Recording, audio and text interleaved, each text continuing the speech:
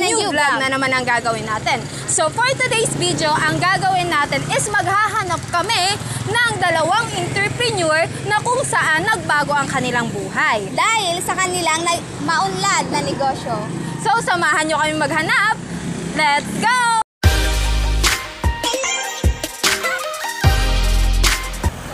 Good day, Theodoranon! So nasa likod po natin ang Philson Junk Shop na kung saan is interviewin po natin yung isang entrepreneur kung paano siya naging successful.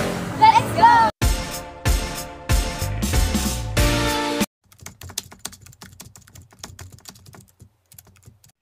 So, good morning po. Ano po yung pangalan niyo? Mrs. Daisy Inwa. Ito po si Mrs. Daisy Inwa. So, magtatanong po kami about sa kanyang business. So, kailan po kayo nagsimula ng pagnegosyo? Ano pa ito? Since 2000. 2000, ganon. Pero ano, noon maliit pa lang. Nung lumaki, ano na lang. Umabot na po ba sa punto na nalulog yung negosyo? Awa ng Diyos, hindi lang.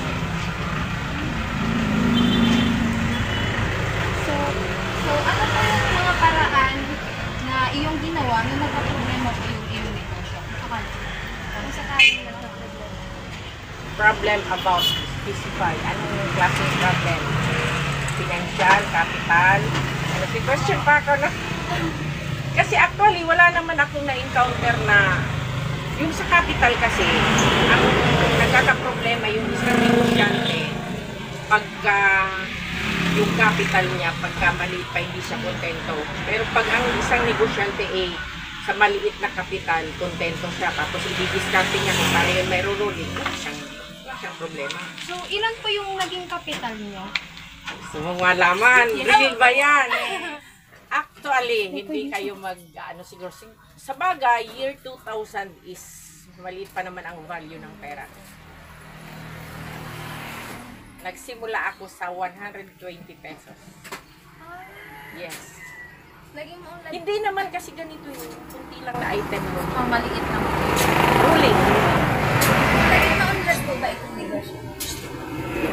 Sa masasabi ko, kasi imbis mag-office ako, ito na lang negosyo kasi mag-submission yung nasubuha ko. Yung kita sa akin na nasa sa akin, ganun ba?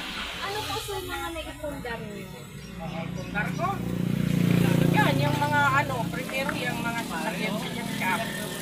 Kabal-kabal, tricycle. Tricycle ko, sige, picture from dyan shop yan. From dyan, out of dyan.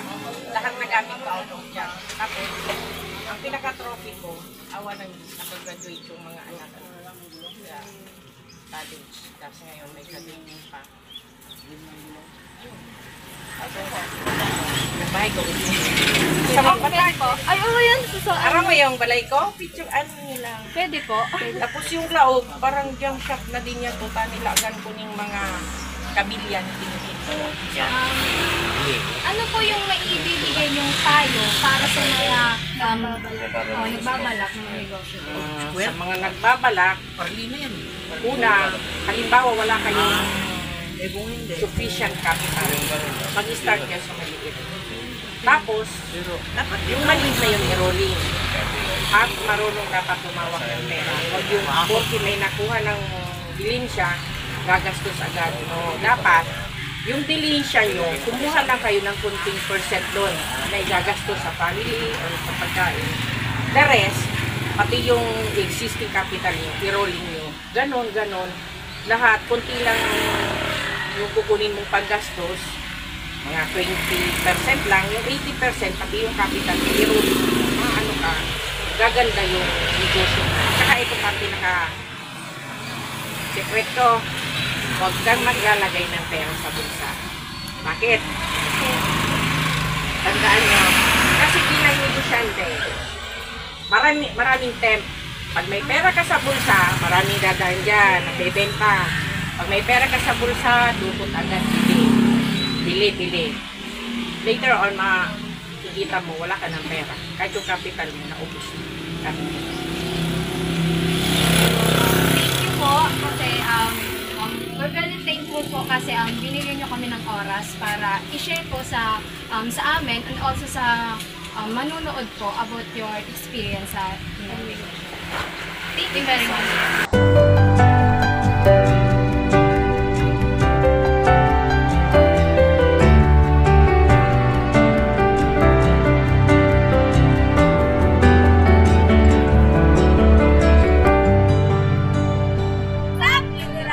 Sa sobrang tinig ng panahon, nandito na naman kami. So, nandito po kami sa pangalawang entrepreneur na kung saan interview namin. Nasa likod po namin ang Agripa Mobile Shop.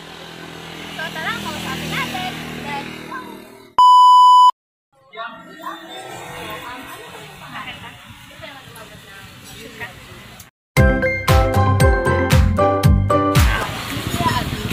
So, ano pong pangalan ng business niya at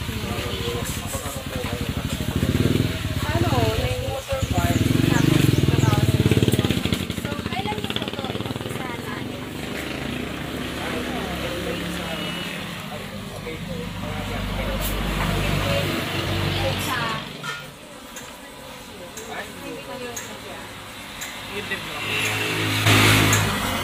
Umabot na po ba kayo sa simula pa lang po?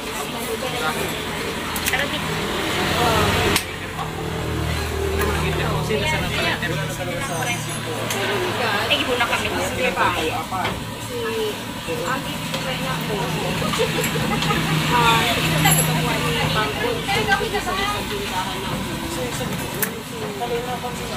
Kita na.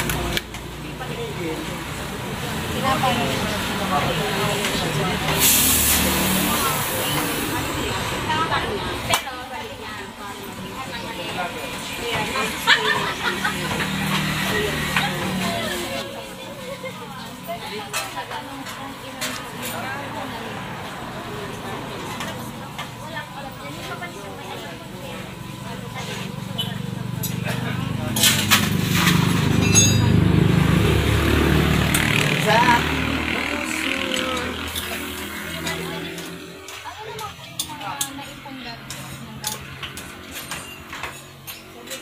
Actually, siya ay yan din bunga lang yan kasi ang pinakang ano na ako na business is so duman pinakang yun ang pinakang unang ako ng business. Ngayon, naging cross na niya tindahan niya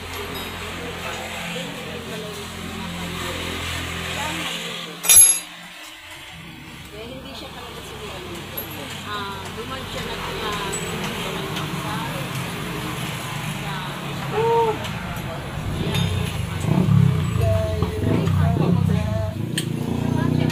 Ano mo magiging payo nyo sa mga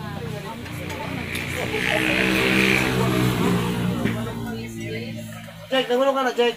ay paano talaga naman na talagang kapag Jake, nagulong ka, Jake. isip ka mo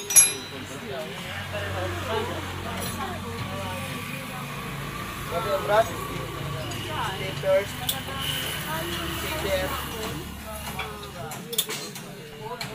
sa Lord, pangduwa, so ang business kasi minsan sugal, may mga business kasi kapag ano ka, nagtaya ka, may mga business talaga na hindi sugal. Pero hindi kaya, bago naman yung is magkakon naman kami para ulit yung sinuhan sa question, kung ano ang pwede. Mahirap naman na tumaya ka, lalo pa medyo doon ako ng questionan. Sa kabakla na yun, siguro naman sindawang yung positive. Na iya din, kasi hindi siya so, ay di ang nabubulok, pwede siyang ma-stack ng gulay na panahon. Yun nga lang, ma-stack din sa kwarto mo.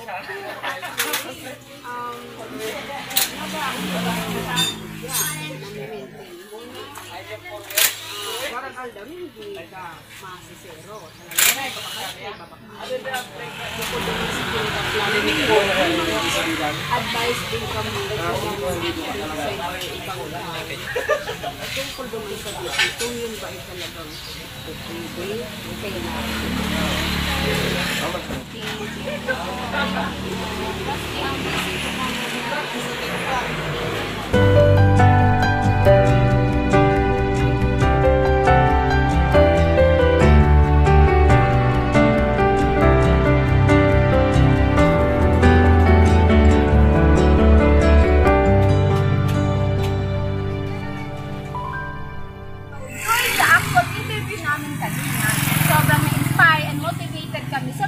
Na kanilang share. Kasi ang pagnenegosyo talaga at ang pagiging entrepreneur ay hindi madali. Ayon nga kay Ma'am Daisy Ingwa, may pera sa basura. At ayon naman kay Ma'am Amelia Agripa, ang pagnenegosyo ay parang sugal. Always remember, kapag may tiyaga, may nilaga.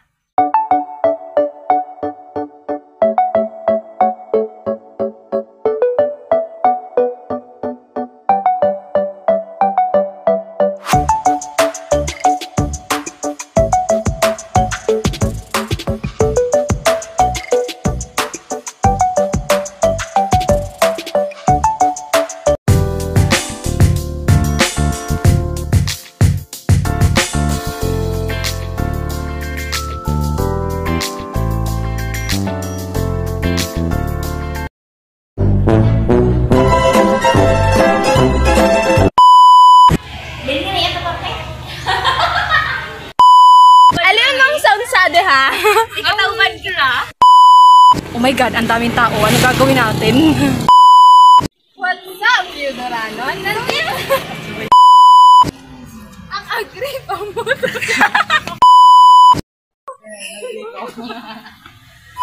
Alam mo naman, partner yan! Alam ko yan! Guys, na kanilang binigay. Ay, binigay, shinare. Magsabi ka kung okay na. Kanina ba?